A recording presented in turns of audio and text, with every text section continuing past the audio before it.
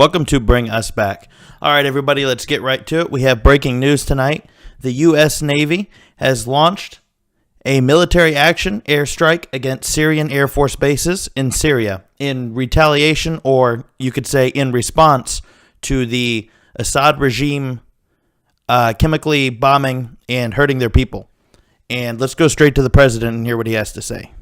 A deadly nerve agent. Assad choked out the lives of helpless men, women, and children.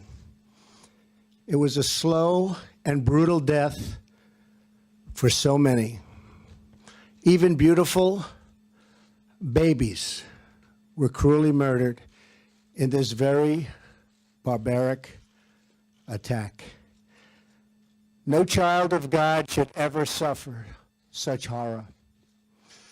Tonight I ordered a targeted military strike on the airfield in Syria from where the chemical attack was launched.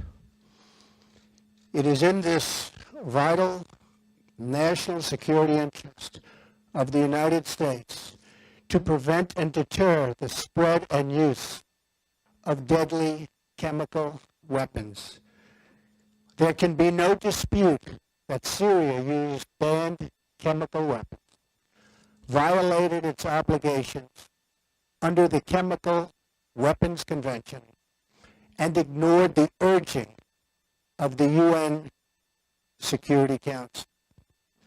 Years of previous attempts at changing Assad's behavior have all failed, and failed very dramatically.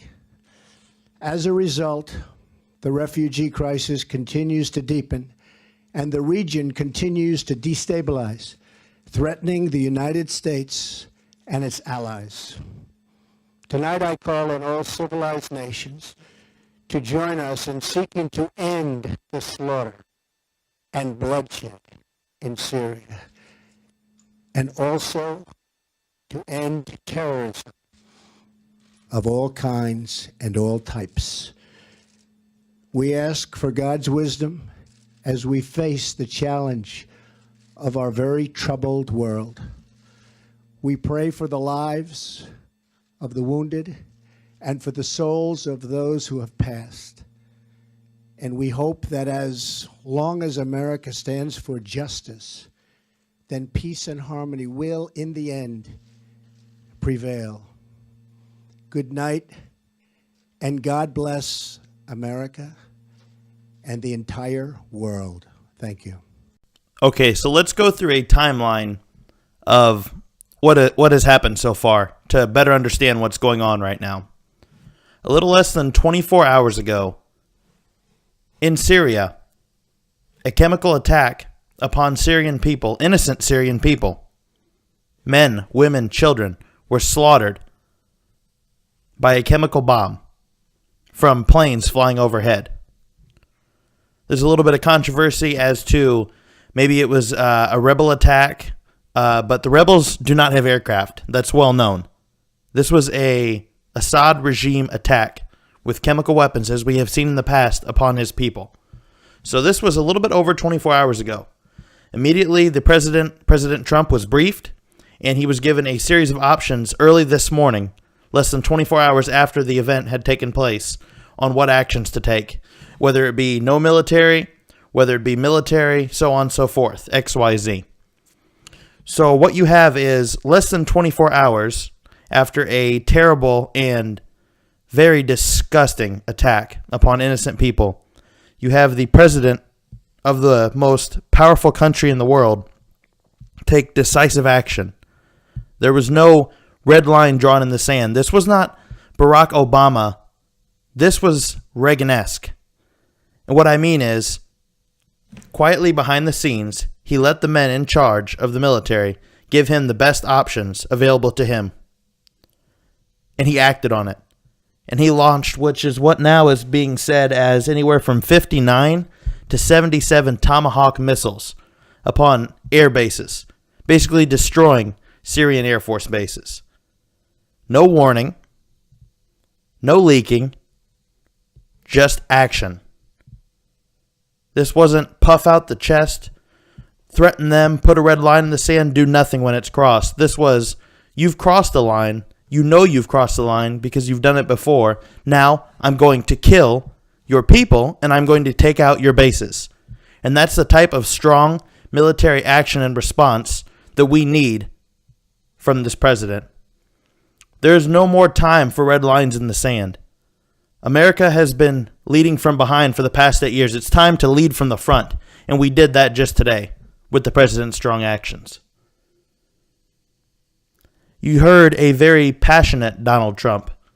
You heard a very sickened and saddened man when he talked about the children and the children that were killed very unfairly and the women.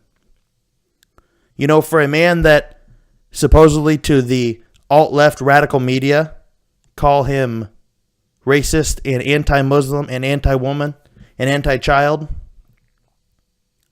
that was a man that was truly moved and truly heartbroken for Muslim women, men, and children. And he took action and used the U.S. military to protect Syrian people and Syrian rebels that we are backing. These are Muslims that we are supporting. You've seen him meet with the Egypt Prime Minister and King Abdullah the past couple days. And he is getting great bonds and great trust and friendship with some of these leaders that are Muslim in the Middle East. So think about all this. Think about what has just happened, the attack we just placed in Syria.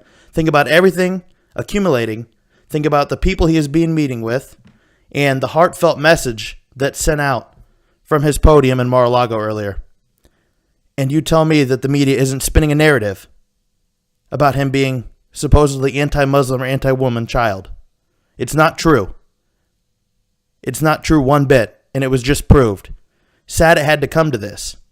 It's sad that it took this for people to realize that this is a man who, at the end of his speech, not only said, God bless the USA, but God bless the world. This is a new age of American leadership, and this is a new leader. This is a new message. Everything is different. No more red lines in the sand. None of it. And it's time the media get on board and start covering these things accurately. I get on a rant, there I go, and then I go right back to the media. So let's end this on a different note. What you have is the dictator in Syria, Assad, doing a disgusting and horrible act against his people.